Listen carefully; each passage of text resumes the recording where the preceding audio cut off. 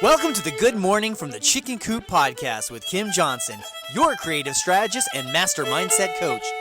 Filled with inspiration, distinctions, perspectives, and possibilities, we help you to cultivate a mindset that leads you to create the best version of yourself you could ever imagine. Join Kim every morning from one of her favorite happy places, her chicken coop, along with all her chickens. Hey everybody, good morning from the Chicken Coop.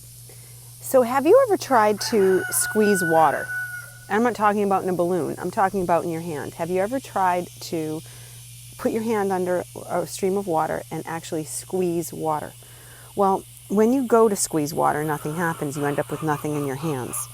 But when you put your hands into a cup form and put your palms together and cup them, you end up with two handfuls of water. A cup, if you will. Now, is it leaking? Some of you will say, well, it's still leaking. Yes, it is, but you end up with water that you can take a drink from. When you squeeze it, you can't get anything from it. The lesson in this, as Bruce Lee famously said, be water, right? Everybody's like, wow, be water. Well, the essence of water is that it's very, very fluid, and it always takes the path of least resistance. That's what's so funny about it. People think, well, you say that, take the path of least resistance. Does that mean you're not trying? Does that mean you're not putting out enough energy? Well, I want to remind you, my friends, water is one of the most powerful forces on this planet. It keeps us all alive. It has the ability to create the most gorgeous, natural resources that we have, Grand Canyon, whatnot. We look at all the beautiful features of rocks around the world, and they have been shaped by water. And then, not to mention, what happens when you get down to frozen water, glaciers and whatnot moving. Look at the power of glaciers. Well, guess what? That's frozen water. And water is absolutely a divine energy that's out there. And being like water will serve us well. And how do we be like water during the day? How do we have this show up in our everyday life? Well, notice that when you are let's say you're doing your dishes, water flows right over your hands. Water just moves. It doesn't allow the barriers to impede it so much. Even if you have a cup and you're filling it up, eventually it overruns it. It just always finds the path of least resistance. It always looks for the way to just keep itself flowing. And stagnant water, as we know, none of us want to go near. We'll say, oh, that's stagnant water. That's dangerous. We don't want to go near that. So there's so much enlightenment in understanding water and just the premise of it and how it flows through life and using that as a metaphor for yourself. And today I want to talk about being fluid, remaining in that state that we see water in most of the time, where it's just consistently able to move and flow, and what that does for us. So when you remain fluid and you're not rigid, you have the capability to actually go ahead and adapt in any situation that you're put into, because you realize the power is in the fluidity. The power is in this state of saying, okay, I can be fluid. I can continuously move. I can shape-shift into whatever I need to around me and not be so rigid that I say no. Now, I'm not talking about giving up all your personal boundaries and just saying, all right, the hell with it. I'm not going to do any of this other stuff that I've set in place because I'm supposed to be fluid.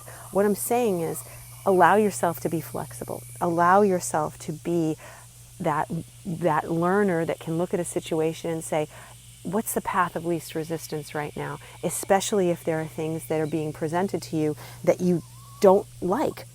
When you're fluid and you stop resisting and you stop being rigid, oftentimes the solution is clearly right in front of you.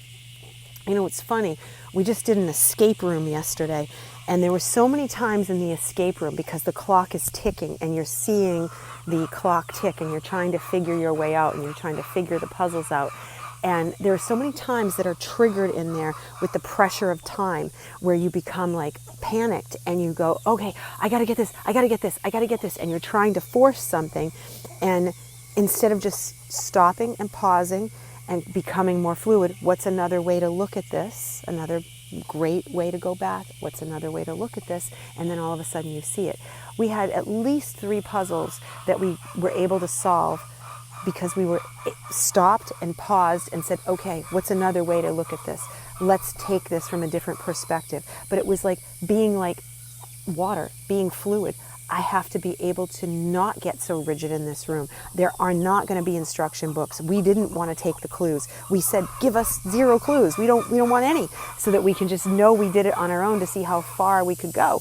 And what was fascinating about that was the ability to be able to just stay fluid in the situation, not allow your emotions to take over. It was absolutely thrilling, exciting, fun. And you know what? We didn't finish the room. We were within 5 minutes of finishing the room. We only had, we took 1 clue in the last 5 minutes just so we could figure out if we were close. And there were only 2 things that we hadn't done. But it was thrilling to know how far we got with 0 clues until that last 5 minutes, just 1 little clue. But we did the whole thing up to that point. And then to say, wow, we really got, the girl was amazed. She's like, how did you get this one without this other one? Because it was our ability to be able to just stay fluid as we went through it. So again, this is one of those times where when you start to have all these little metaphors in yourself and like, am I being like water right now? Am I acting like water would act? Am I looking for the path of least resistance? Am I putting myself in the state of rigidity, or can I loosen my grip and can I become less rigid about everything and just be like water? So hopefully today you will find some time to be like water, and I will see you tomorrow, my friends. Have a blessed day. Bye.